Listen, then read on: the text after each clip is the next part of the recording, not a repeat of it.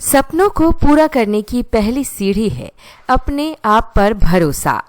नमस्कार दोस्तों, मैं सिरांधा एक बार फिर से हाजिर हूं लेकर हिंदी में द हिंदू अखबार से करंट अफेयर्स के कुछ मुद्दे। तो चलिए शुरू करते हैं। सबसे पहले बात केरल में लगातार हो रही भारी बारिश की। जी हां, केरल में अत्यधिक बारिश हो रही है, भारी बारिश हो रही है। केरल के इडुक्की जिले में शुक्रवार रात और शनिवार को अत्यधिक भारी बारिश हुई है। इससे भीषण बाढ़, भूस्खलन और बड़े पैमाने पर नुकसान हुआ है। कहाँ पर हो रही है ये चीज़ें? केरल के इडुक्की में। कोमेली और नेदुमकंडम जैसे शहर पानी में डूब गए हैं, जिस कारण कई परिवारों को सुरक्षित स्थानों पर जाना पड़ा। पानी का स्तर बढ़ने के कारण मुल्ला पेरियार सहित बांधों के गेट खोल दिए गए। ये मानचित्र आपके सामने आप देख सकते हैं। केरल कहाँ पर स्थित है?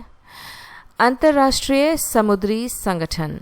अंतर्राष्ट्रीय समुद्री संगठन यानी IMO की स्थापना 1948 में जिनेवा में एक संयुक्त राष्ट्र समझौते द्वारा की गई थी, लेकिन ये 1958 में लागू हुआ। तो देखिए फासला जो है वो 10 साल का है। आप फिर से एक बार देख सकते हैं। अंतर्राष्ट्रीय समुद्री संगठन, जिसको हम IMO भी कहते हैं, इसकी स्थापना 1948 में कहाँ हुआ? जिनेवा में इसकी स्थापना हुई और एक संयुक्त राष्ट्र समझौते के द्वारा इसकी स्थापना की गई। लेकिन ये लागू कब किया गया? 1958 में। इसका मूल नाम IMCO था, IMCO। इसका मूल नाम क्या था? IMCO। और इसने 1959 में काम करना शुरू किया। 1982 में इसका नाम बदलकर IMO कर दिया गया। इसका मुख्य उद्देश्य अंतर्राष्ट्रीय शिपिंग सुरक्षा और प्रदूषण की रोकथाम के लिए एक व्यापक नियामक ढांचा तैयार करना है।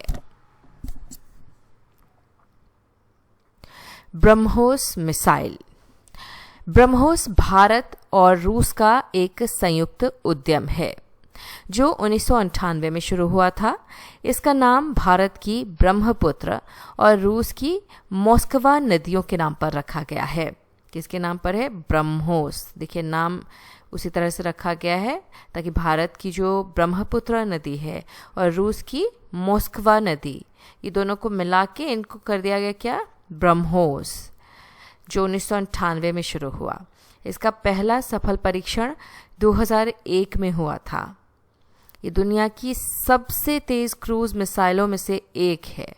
इसे भारतीय थल सेना यानी इंडियन आर्मी, नौसेना इंडियन नेवी और वायुसेना इंडियन एयरफोर्स में शामिल किया गया है, जिसके ज़मीन, समुद्र और हवा से छोड़े जाने वाले संस्करण विकसित किए गए हैं। तो ये जो मिसाइल है तीनों सेनाओं को दे दिया गया है और अब पाकिस्तान की खैर नहीं है। रक्षा मंत्री राजनाथ सिंह और उत्तर प्रदेश के मुख्यमंत्री योगी आदित्यनाथ ने लखनऊ में बनी ब्रह्मोस मिसाइलों के पहले बैच को हरी झंडी दिखाई। रक्षा मंत्री ने कहा कि 5 महीने में उत्पादन शुरू होना आत्मनिर्भरता की बड़ी उपलब्धि है। उन्होंने चेतावनी दी कि पाकिस्तान का चप्पा चप्पा अब इस मिसाइल की मारक क्षमता में है। जम्मू और कश्मीर लोक सुरक्षा अधिनियम। जम्मू और कश्मीर लोक सुरक्षा अधिनियम यानी PSA को 1978 में लागू किया गया था, जिसका मूल उद्देश्य लकड़ी की तस्करी को रोकना था। ये एक निवारक निरोधक कानून है जो अधिकारियों को किसी व्यक्ति को राज्य की सुरक्षा या सार्वजनिक व्यवस्था के लिए खतरा पैदा करने वाले कार्य करने से रोकने के लिए बिना मुकदमे के 2 साल तक हिरासत में रखने की अनुमति देता है। एक बार फिर से इसको समझते हैं। क्या है ये? जम्मू और कश्मीर लोक सुरक्षा अधिनियम है, जिसको PSA भी कहते हैं। 1978 में इसको लागू किया गया था। इसका मूल उद्देश्य लकड़ी की तस्करी को रोकना था। ये एक निवारक निरोध कानून है जो अधिकारियों को किसी व्यक्ति को राज्य की सुरक्षा या सार्वजनिक व्यवस्था के लिए खतरा पैदा करने वाले कार्य से रोकने के लिए बिना मुकदमे के 2 साल तक हिरासत में रखने की अनुमति देता है। यह अधिनियम राजनीतिक विरोधियों और असंतुष्टों के खिलाफ विवादास्पद रूप से समय समय पर इस्तेमाल किया गया है। तो जिस काम के लिए था उस काम के लिए तो किया ही गया होगा, लेकिन कुछ ऐसे कामों के लिए भी किया गया जिसको लेकर काफ़ी विवाद रहे। नील कुरिंजी फूल, दुर्लभ नील कुरिंजी फूल जो हर 12 साल में एक बार खिलने के लिए जाना जाता है। ये देखिए अपने आप में बता देता है कि ये कितना दुर्लभ है। 12 साल में एक बार ही ये खिलता है। कौन सा फूल है ये? नील कुरिंजी फूल है। हाल ही में नीलगिरी की पहाड़ियों में दिखाई दिया है। इस फूल ने पूरे नज़ारे को एक शानदार नीले कालीन में बदल दिया है। ये महत्वपूर्ण घटना जो पिछली बार नीलगिरी में 2012 में हुई थी, पर्यटकों और प्रकृति प्रेमियों को अपनी ओर खींच रही है। इस प्रजाति को अब आधिकारिक तौर पर IUCN रेड लिस्ट में यानी कि कमज़ोर के रूप में भी वर्गीकृत किया गया है। नील कुरिंजी फूल। Status of elephants in India report. Wild life institute of India यानी WII की नवीनतम status of elephants in India report, जो देश में पहली बार DNA आधारित जनगणना पर आधारित है, इसके अनुसार जंगली हाथियों की अनुमानित संख्या 22,446 है। कितनी है? जंगली हाथियों की अनुमानित संख्या 22,446 है। किसके अनुसार? Wild life institute of India की नवीनतम status of elephants in India report के अनुसार, जिसने DNA आधारित जनगणना की है। ये रिपोर्ट एक नया आधार है यानी बेसलाइन है। ये स्थापित करती है और बताती है कि हाथियों के सामने सबसे बड़ा खतरा निवास स्थान का नुकसान और विखंडन है, खासकर पश्चिमी घाट और मध्य भारत में, जिसके कारण मानव हाथी संघर्ष बढ़ रहा है।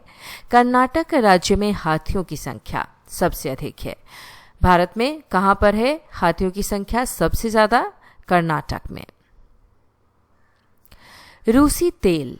अमेरिका के राष्ट्रपति डोनाल्ड ट्रंप ने एक बार फिर दावा किया कि प्रधानमंत्री नरेंद्र मोदी ने उन्हें आश्वासन दिया है कि भारत रूसी तेल खरीदना बंद कर देगा, जिसे उन्होंने मॉस्को को अलग थलग करने की दिशा में एक बड़ा कदम बताया। हालांकि भारत के विदेश मंत्रालय ने सीधे तौर पर इस आश्वासन की पुष्टि नहीं की। मंत्रालय ने कहा कि ऊर्जा नीति उपभोक्ताओं के हितों और स्रोतों के विविधीकरण को प्राथमिकता देती है।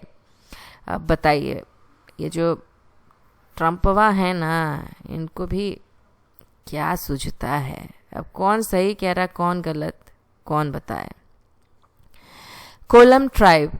कोलाम एक द्रविड़ जनजाति है जिसे तेलंगाना और महाराष्ट्र में विशेष रूप से कमजोर जनजातीय समूह के रूप में मान्यता प्राप्त है।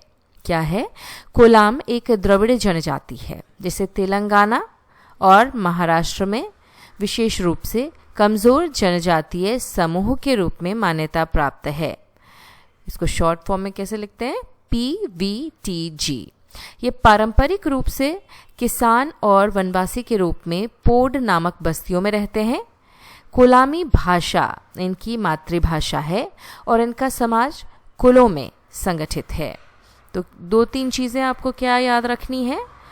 कोलाम एक द्रविड़ जनजाति है जिसे तेलंगाना और महाराष्ट्र में विशेष रूप से कमज़ोर जनजाति समूह के रूप में मान्यता प्राप्त है।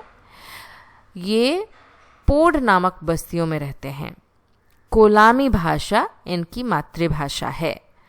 इनका समाज कुलों में संगठित रहता है।